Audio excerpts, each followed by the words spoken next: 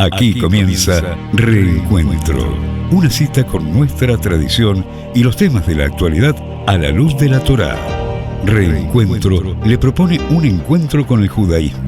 Conduce Alberto Rusco Lequier.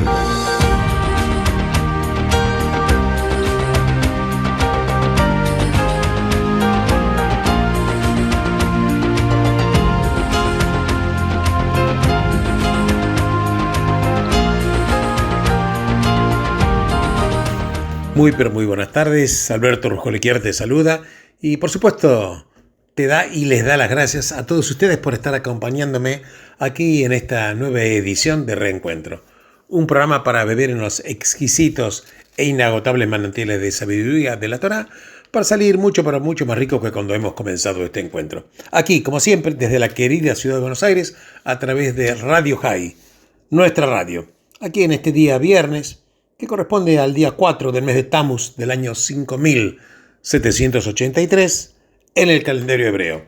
Te quiero recordar que el horario para prender velas de Shabbat hoy aquí en la ciudad de Buenos Aires está establecido a las 17 horas 33 minutos y el Shabbat termina mañana a las 18 horas 33 minutos. Así que acomódate en el lugar más cómodo que estés y gracias por estar acompañándome. Y vamos a charlar un poquitito la porción de la Torá que, como siempre digo, no es un hecho histórico que uno va analizando, estudiando, sino además del estudio, de qué manera podemos aprender para aplicarlo a nosotros en esta vida diaria. Bueno, en la parashá que habla de Koraj, este hombre Koraj induce a un motín y él desafía el liderazgo de Moshe y la entrega del sacerdocio a Aarón. Aarón era el hermano de Moshe. Entonces, a el motín de Koraj se suman dos enemigos de Moshe. Uno era Datán y otro era Abiram. Y además se suman 200 miembros distinguidos de la comunidad que ofrecen el incienso, que en hebreo es el ketoret, para probar que son meritorios también ellos del sacerdocio.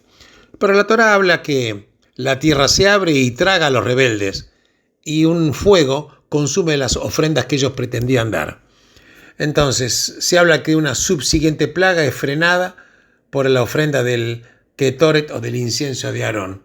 Y también la parashá habla de una vara, que la vara que milagrosamente florece con almendras, para probar que la designación que él tenía una designación de origen divino. Aquí habla la parashá que Dios le indica las leyes de las ofrendas de cada cosecha, de grano, vino y aceite de oliva, y todos los primogénitos del ganado ovino y vacuno, junto también con otras dádivas específicas que fueron entregadas a los sacerdotes. Esto un poquitito, entonces vemos que acá ya hay un motín, vemos que hay un desafío a una autoridad que era la de Moshe, líder indiscutible del pueblo. Entonces, vamos a ver qué riquísimas enseñanzas sacamos todos nosotros a partir de esto. Pues sabés que vamos a hablar del populismo. Claro, porque la historia de Koraj, que es que desafía a Moshe, tiene mucho para enseñarnos acerca de los fenómenos muy inquietantes que están sucediendo en nuestro tiempo. Sí, esto sucede en muchos países del mundo, que es el crecimiento del populismo en la política contemporánea. ¿Sabes que Koraj fue un populista? Esto es así, fue uno de los primeros que registra la historia. Y el populismo también renació en Occidente, como lo hizo, por ejemplo, en los años 30 del siglo pasado. Y el populismo pone el futuro de la libertad en un gran peligro. Sabiamente está escrito que el populismo es la política del enojo, es la política de la ira. Primero, el populismo hace su aparición cuando hay un descontento generalizado con los líderes políticos. Es cuando la gente siente que los que dirigen las instituciones trabajan más para sus propios intereses que para el público en general.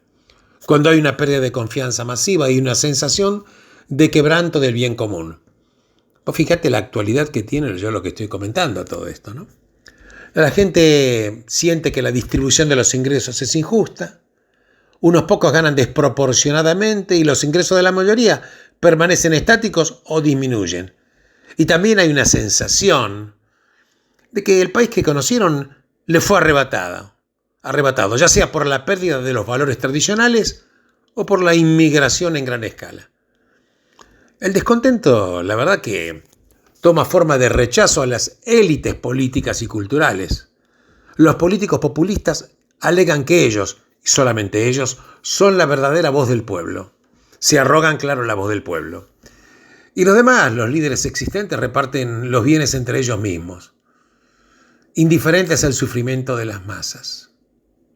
Los populistas agitan el resentimiento contra las instituciones, fomentan ex profeso la división y la confrontación. Claro que prometen un liderazgo fuerte que va a devolver al pueblo lo que le fue quitado. Fíjate, cuando estamos escuchando todo esto, ¿a cuántos países puede ser aplicado esto, no? En el año, por ejemplo, 2017, el apoyo a los partidos populistas europeos estaba en el orden del 35%. 35% de Europa estaba a favor de partidos populistas, que era un nivel altísimo. Los partidos de extrema derecha, por ejemplo, ganaron más poder en Polonia y Hungría, avanzaron mucho en Austria, Francia y Holanda. En el sur de Europa, en países también como España y Grecia, el populismo tiende a identificarse con la izquierda. Pero independientemente de la forma que adquiera, cuando crece el populismo, la tiranía está a la vuelta de la esquina. Entonces, hemos hablado que el populismo es la política de la ira. Vamos a ver otra característica. Cuando hay populismo, los derechos humanos se descartan. El público otorga al líder poderes excepcionales. En su momento la historia registra que también le dieron poderes excepcionales a Franco, a Mussolini, a Hitler, porque la gente está dispuesta a sacrificar su libertad en aras de una utopía prometida y tolerar grandes males contra cualquier chivo expiatorio que únicamente el líder decida elegir como culpable, claro, de todos los problemas nacionales. Volvamos a Korach. La rebelión de Korach entonces fue un movimiento populista. Y Korach fue un arquetipo del líder populista. Escuchemos qué es lo que dijo atentamente Moshe, lo que Korach dijo de Moshe y Aarón. Korach le dice: ustedes han ido demasiado lejos. Toda la comunidad es santa, cada uno de sus integrantes, y el Señor está con ellos. ¿Y por qué entonces se elevan ustedes por encima de la asamblea del Señor? Esto está extraído exactamente de la Torá. Y estas son precisamente las clásicas demandas populistas. Primero da a entender Korach que la dirección es corrupta. Moshe es culpable de nepotismo porque nombró a su propio hermano como sumo sacerdote. Ha mantenido los cargos de liderazgo en su familia inmediata en vez de compartirlos más ampliamente. Segundo, Korach se presenta a sí mismo como el elegido del pueblo. Toda la comunidad dice es santa. Ustedes, dice Korach, Moshe y Aarón no tienen nada de especial. Todos hemos visto los milagros de Dios y hemos oído su voz. Todos hemos colaborado en construir el santuario. Entonces Korach, ¿qué hace? Se presenta como demócrata. Se presenta como demócrata para poder ser autócrata. Fíjate la actualidad que tiene todo esto, ¿no? Como nosotros que estamos charlando de esto, cuántos ejemplos se nos vienen a nuestra mente. Y luego, Korach y sus compañeros rebeldes, claro, montan una impresionante campaña de noticias falsas. Hoy diríamos fake news. Estas noticias falsas se anticipan, yo diría, a los eventos de nuestro tiempo. Cuando Moshe le dice a Dios: no he tomado ni siquiera nada de ellos, del pueblo, ni les he hecho mal alguno, está claro que lo acusan a Moshe de aprovecharse del cargo para beneficio propio. Y cuando dice: de esta forma sabrán que el Señor me ha enviado a hacer todas estas cosas y que no era idea mía, también está claro que ha sido acusado Moshe de tomar decisiones propias como si fueran del deseo y la palabra de Dios. Pero claro, hay un reclamo mucho más flagrante, que es el reclamo de una postverdad que hacen Datán y Abiram. ¿Qué dicen? Le preguntan: ¿no es suficiente que nos trajiste fuera de la tierra en la que fluye leche y miel para matarlos en el desierto? Y ahora ¿Quieres mandar sobre nosotros? Pues sabes que este es el discurso quizás más despiadado de toda la Torá. ¿Sabes por qué? Porque combina la falsa nostalgia por Egipto, dice una tierra en la que fluye leche y miel, acusando a Moshe por el informe de los espías y responsabilizándolo además de aferrarse a su posición de liderazgo por su propio prestigio personal, que son todas mentiras flagrantes. Rambam estaba acertado al decir que este desafío a Moshe no hubiera podido haber sido posible en ningún tiempo anterior. ¿Sabes por qué? Porque solamente después del episodio de los espías, cuando el pueblo judío se da cuenta de que no va a poder entrar en la tierra prometida en sus días restantes, podían Koraj y sus múltiples secuaces generar el descontento. ¿Sabes por qué? Porque sintieron que no tenían nada que perder.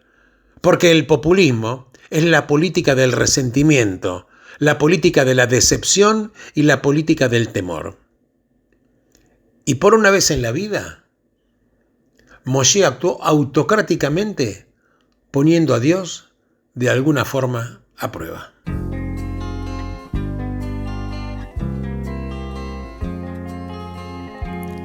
פנסים שוב דולקים כי חושך ברחוב ילדים כבר אמרו להם לילה טוב בחוצות הכלבים חורצי לשון כבר הגיע הזמן ללכת לישון בפינה חשוכה בקרן הרחוב זוג נפרד בנשיקה לוחש לילה טוב התריסים כבר הוגפו בשקט בעיר הגנים מתרוקנים יהיה קצת קריר המוסך מתמלא אוטובוסים לרוב נהגים זה לזה קראו לילה טוב השומר הזקן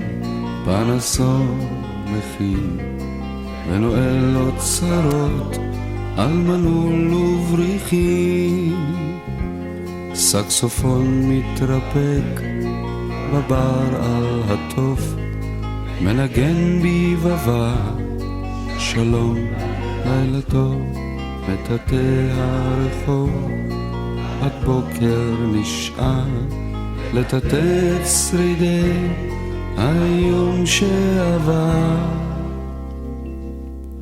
וחוזרים הגלים אל הים בלי סוף גם אנחנו נאמר לכם לילה טוב מלקים את היום אשר עבר ייתכן טוב יותר יהיה המחר. Es increíble, ¿no? Porque cuando uno va al relato de la Torá y lo trata de poner en nuestros días, nos estamos dando cuenta que la Torá ya todo lo previó.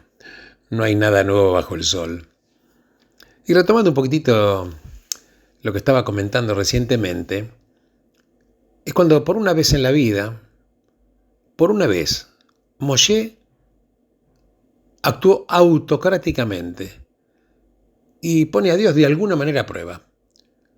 Y dice, de esta forma sabrás que el Señor me ha enviado a hacer todos estos hechos. No ha sido por mi voluntad propia. Si estas personas fallecen por muerte natural, o si un destino normal les sucede, entonces el Señor no me ha enviado. Pero si el Señor produce algo nuevo, y la tierra abre su boca y los traga, junto con todos sus bienes y caen vivos, entonces sabrán que estos hombres han despreciado al Señor. Esto está exactamente escrito en Números. Este esfuerzo dramático de resolver el conflicto por medio de la fuerza, en este caso un milagro, fracasó completamente. La tierra efectivamente se abrió y tragó a Koraj y sus secuaces, pero el pueblo, a pesar de estar aterrorizado, no quedó impresionado. Al día siguiente, sin embargo, toda la congregación de los israelitas se rebeló contra Moshe y contra Aarón, diciendo: has matado al pueblo del Señor. Los judíos siempre se han resistido a líderes autocráticos. Lo que es todavía más impactante es cómo los sabios se encuadraron en el conflicto. Porque en vez de verlo como un contraste en blanco y negro entre la rebelión y la obediencia, insistieron en la validez del dominio público. Dijeron que lo que estaba mal con Koraj y sus compañeros no es que discutieron con Moshe y Aarón, sino que no lo hicieron por el bien del cielo. Acá hay dos escuelas, una la de Hillel y la otra escuela la de Shammai. Estas escuelas de Hillel y Shammai, claro que discuten, pero ellos lo hicieron por el bien del cielo.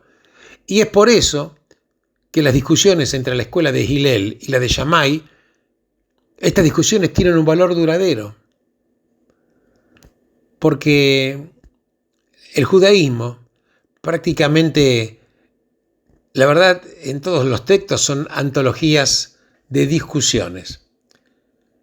Entonces, lo que interesa en el judaísmo es por qué se llevó a cabo la discusión y cómo se condujo. Una discusión que no es por el bien del cielo, es por la victoria.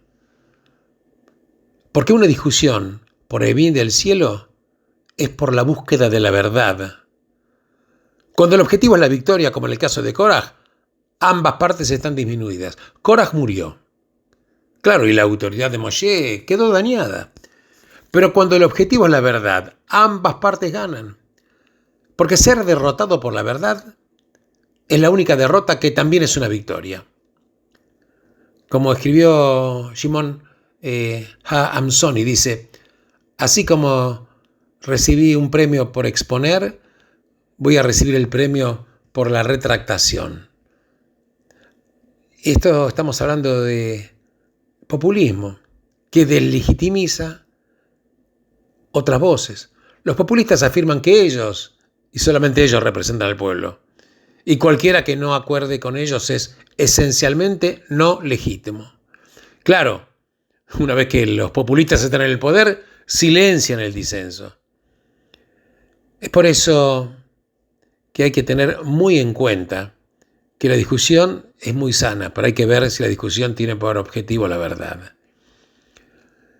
Esto lo vemos, por ejemplo, en muchos lugares, por ejemplo en las universidades.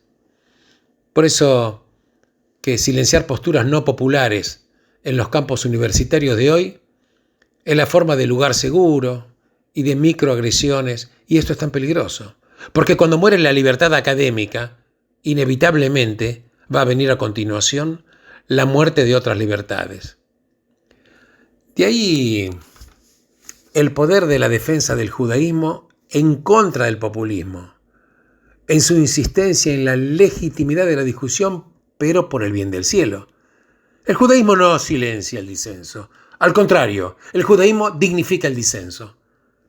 Eso se institucionalizó en la era bíblica, en las palabras de los profetas que hablan verdades al poder.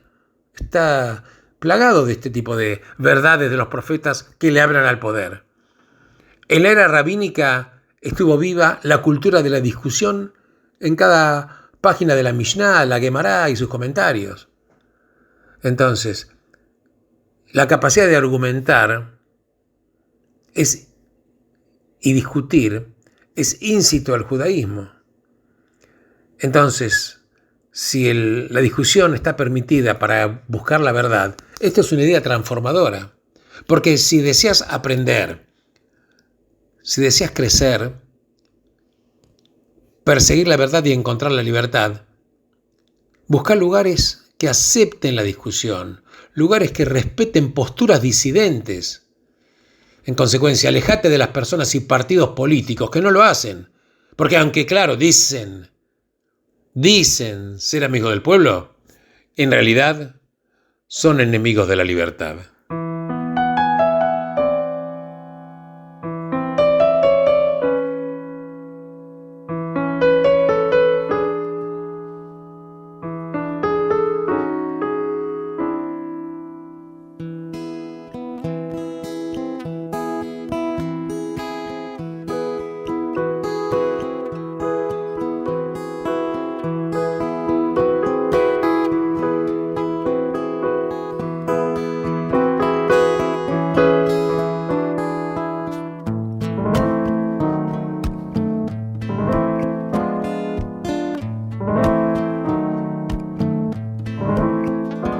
זה השיר האחרון, ואחר כך זיכרון. יש בשקט יתרון, גם אם אין לי הסבר, זה מתאים לי יותר, וזה מרגיש לי נכון,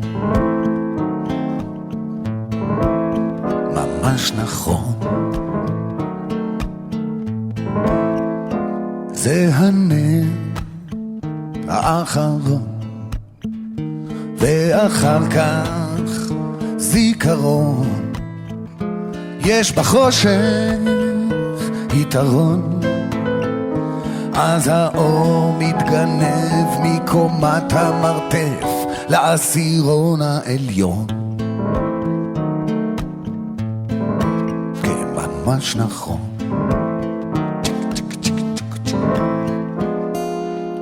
מה שהיה לפני שנייה, האם עוד מישהו זוכר?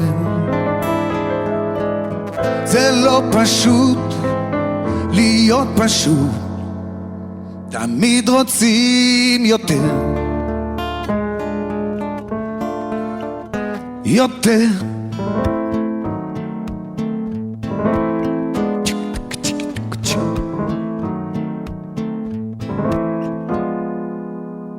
יש כותרת בעיתון, כבר היום היא זיכרון, גם בזה יש יתרון. לא נשאר מצטער, זה נגמר, אין יותר, וזה מרגיש לי נכון, ממש נכון.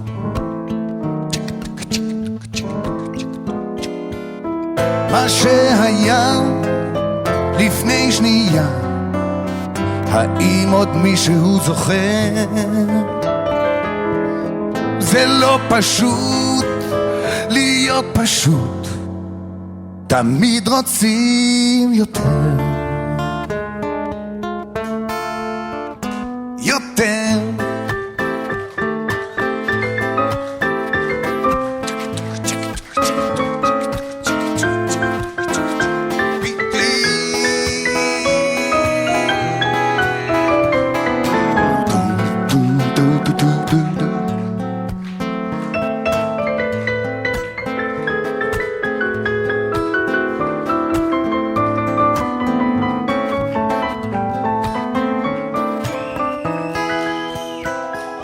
זה משה לוי.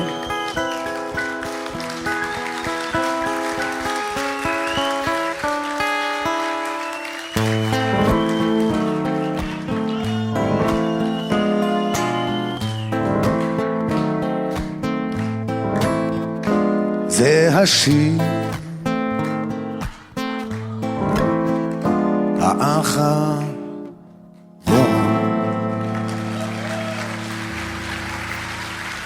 Es increíble esta parashá de Korah y cómo podemos aprender del populismo, ¿no? Y a veces los seres humanos repiten actitudes en manada, a veces, en algunos casos, con una sinonimia con respecto al mundo animal. Pero volviendo a Korah, Korah se graduó en la misma escuela de política maquiavélica, porque él comprendió 3 reglas básicas. Primero, hay que ser populista, o sea, apoyar el descontento popular y haciéndole sentir a la gente que el líder está de su lado.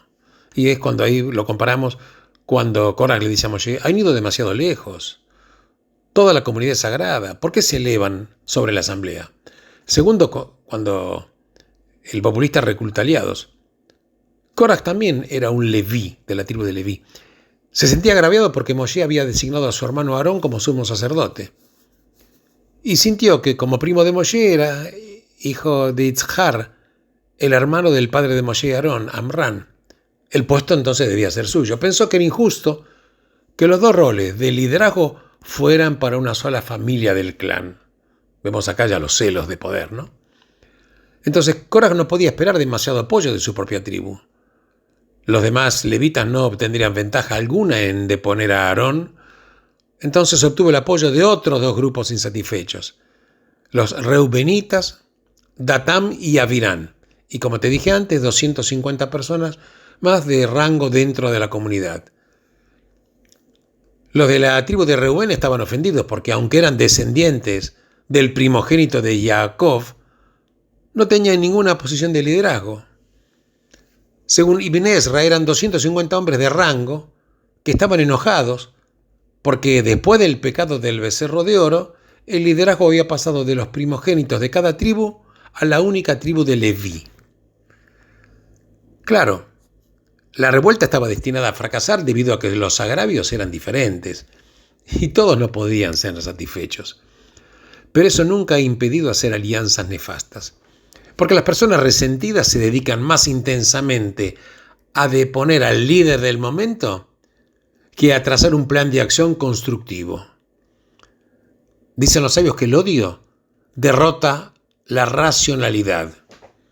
El orgullo herido, la sensación de que la distinción debía ser tuya y no del otro, ha conducido a acciones destructivas y autodestructivas desde que el ser humano habita la tierra. Otra característica del populista es elegir el momento en que la persona a derrocar esté vulnerable. Esto es fundamental que hemos charlado cuando la revuelta de Korah ocurrió inmediatamente después del episodio de los espías. Porque yo dije antes un poquitito, y a veces el reino animal tiene conductas también del macho alfa, quien se erige con el poder. Y nosotros los seres humanos sabemos que lo que el Zohar llama Nefesh HaBehemit, el ser humano tenemos un alma divina y un alma animal. El alma animal es el Nefesh HaBehemit y el alma divina es el Nefesh HaElokit. Alma animal y alma divina. No somos mentes incorpóreas, tenemos deseos físicos que ya están codificados en nuestros genes. Incluso que los científicos, sabéis que hablan actualmente que hay 3 sistemas.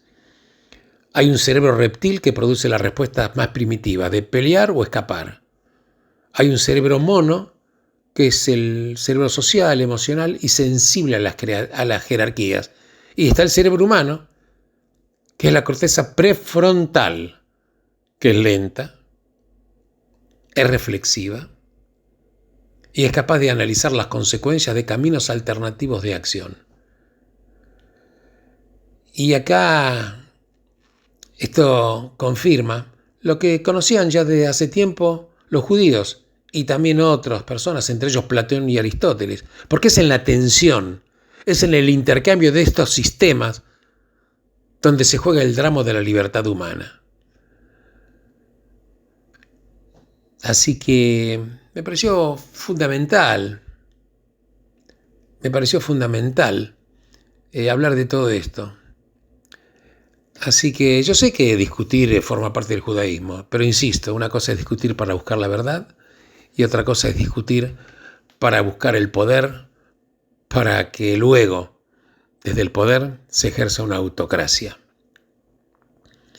Y la verdad que el judaísmo entra en el mundo como una protesta a todo tipo de discusión que no busca la verdad.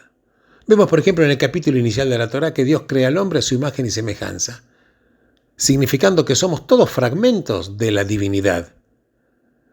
¿Por qué, preguntan los sabios, fue creado el hombre unitariamente? Para que nadie pueda decir, mis ancestros eran más grandes que los tuyos. Y algo de este igualitarismo se desprende del comentario de Moshe a Yehoshua, que era su asistente. Dice que todo el pueblo del Señor fueran profetas, así Él, se refiere al Creador, pueda posar su espíritu sobre ellos.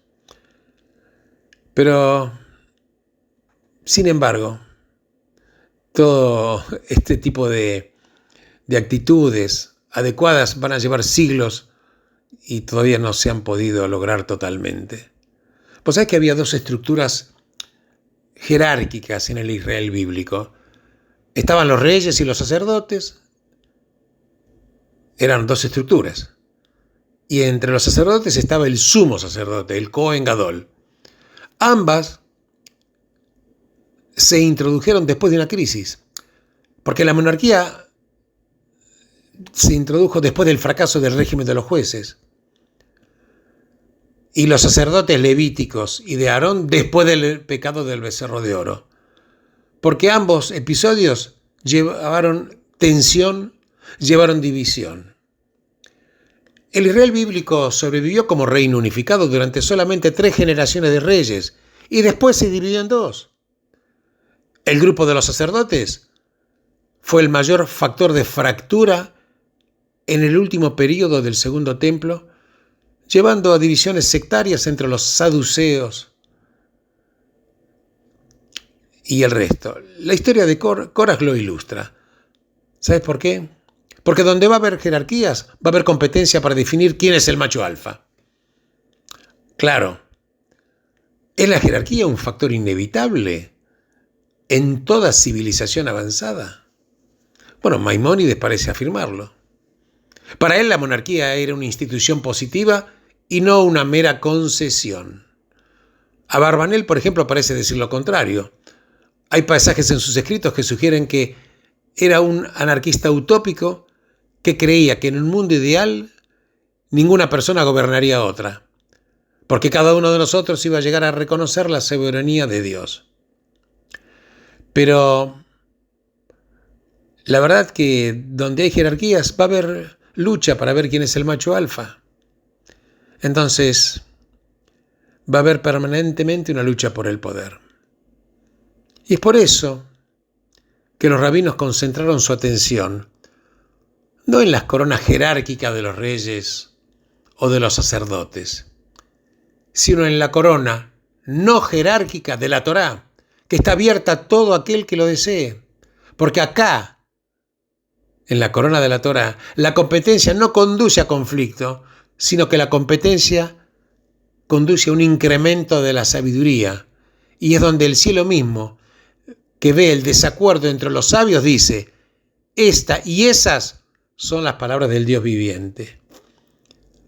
¿Sabes que la historia de Korah se repite en cada generación?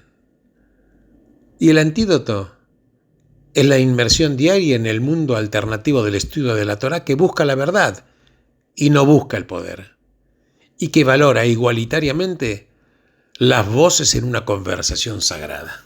אם החיים הם חידה לא מפורשת והסודות זורמים בהם כמו נחלים, מנסים למצוא את כל צבעי הקשת, עובדים קשה לבנות פה משהו במילים, ואתה חי בזמן זמני ספור בלוח ומקווה לשתות את החיים הטוב, ובין כל אלה סך הכל רוצה לשמוח ועל הדרך להגשים איזה חלום.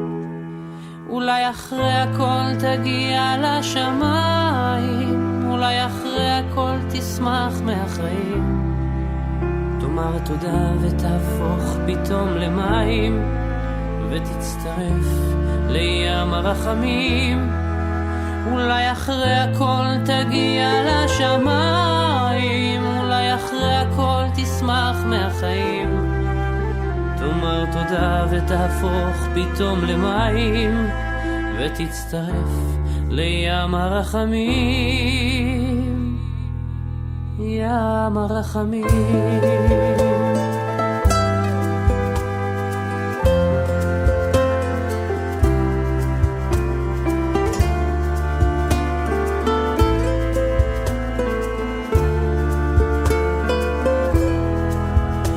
השנים חולפות מהר ולא הספקת, ולא נשאר מהם יותר מזיכרון. היית איש חשוב ענק, אך התפוגגת, והשתדלת להשלים עם השעון. אם החיים הם חידה לא מפורשת, והסודות זורמים בהם כמו נחלים, תקווה למצוא את כל צבעי הקשת, תשאיר פה רושם טוב ותאסוף מילים. אולי אחרי הכל תגיע לשמיים, אולי אחרי הכל תשמח מהחיים, תאמר תודה ותהפוך פתאום למים ותצטרף לים הרחמים. אולי אחרי הכל תגיע לשמיים,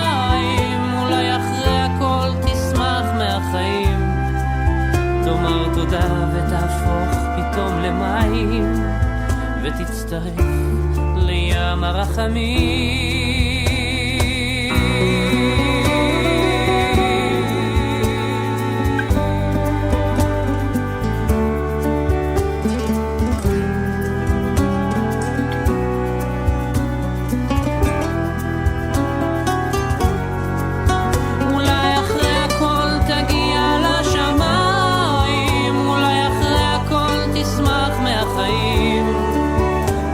תודה ותהפוך פתאום למים ותצטרף לים הרחמים. אולי אחרי הכל תגיע לשמיים, אולי אחרי הכל תשמח מהחיים. תאמר תודה ותהפוך פתאום למים ותצטרף לים הרחמים, ים הרחמים.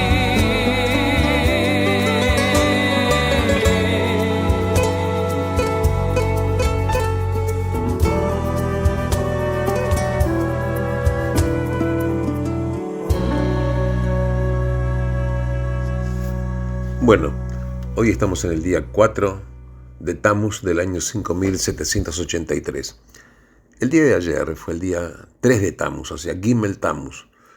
Un día muy especial, por supuesto para los seguidores del Rebbe de Chabad, y especialmente para los que tuvieron alguna relación con el líder, el Rebbe Rabbi Menachem Mendel Schneerson.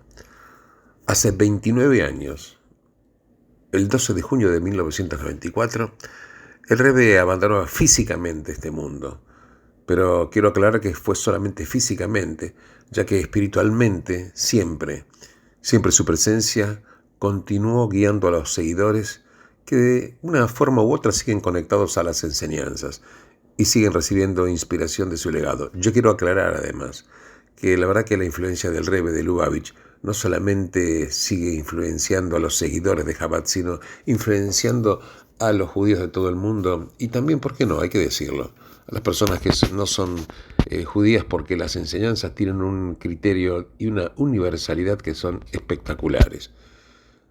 Chabad creció exponencialmente después del fallecimiento del Rebbe. Se abrieron muchísimos centros, miles de centros, cientos de miles de personas que no lo conocieron en vida, incluso tomaron contacto con sus enseñanzas, ya sea a través de los libros o de sus enviados en todos los países, que son los shluchim. La verdad que esta tarea de recaudación, para algunos por supuesto es con dolor, pero hay que saber que cuando una persona abandona este mundo físico es porque llegó a brindar absolutamente todo y sus enseñanzas siguen derramando sabiduría y marcan un camino aquí en este mundo físico. Bueno, ya de acuerdo a la hora estamos cerrando el programa.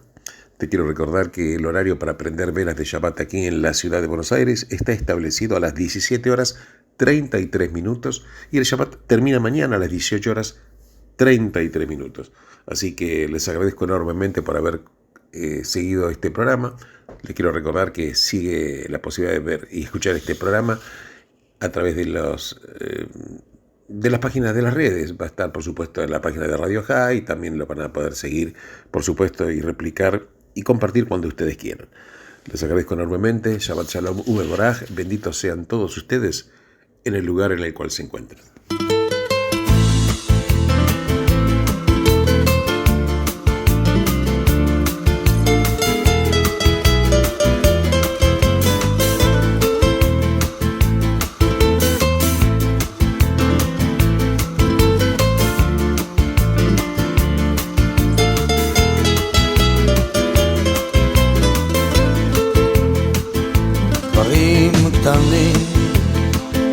דברים פשוטים וקצת הפתעות באמצע הדרך, זמנים חולפים ומשתנים. אתמול אתה היית מלך, לאן פרחו הציפיות ואיך נשארת בלי תשובה, עוד לא הספקת לעשות מה נשאר מכל העבר?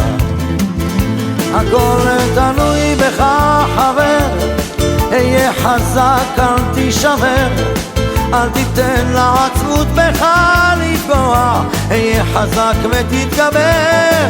הכל תלוי בך חבר, היה חזק אל תישבר, אל תיתן לעצמות בך לפגוע, היה חזק ותתגבר.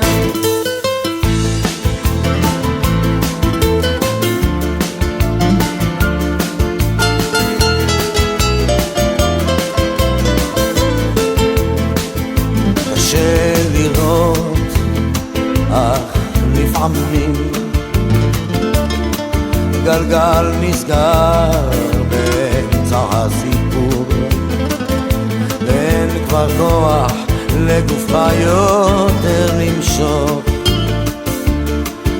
יכולת לוותר אבל לך אסור. הכל תלוי בך חבר, היה חזק אל תישבר, אל תיתן לעצמות בך לפגוע, היה חזק ותתגבר. הכל תלוי בך חבר, היה חזק אל תישבר, אל תיתן לעצמות בך לפגוע, היה חזק ותתגבר. המסקנה חבר, אסוף את כל הכוח, קל יותר לדבר כשהפחד משתחרר. למרות הכל אתה מבין שזו הדרך, היה חזק חבר, היה חזק. הכל תלוי בך חבר, היה חזק אל תישבר, אל תיתן לעצמות בך לפגוע, היה חזק ותתגבר. הכל תלוי בך חבר, היה חזק אל תישבר, אל תיתן לעצמות בך לפגוע, היה חזק ותתגבר.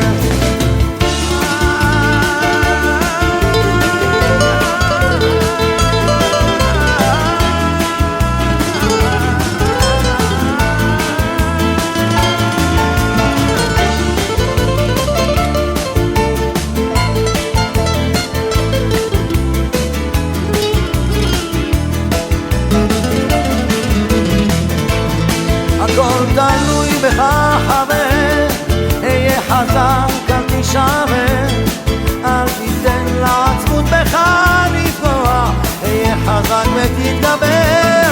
הכל תלוי בך חבר, היה חזק אל תישבר, אל תיתן לעצמות בך לפגוע, היה חזק ותתגבר.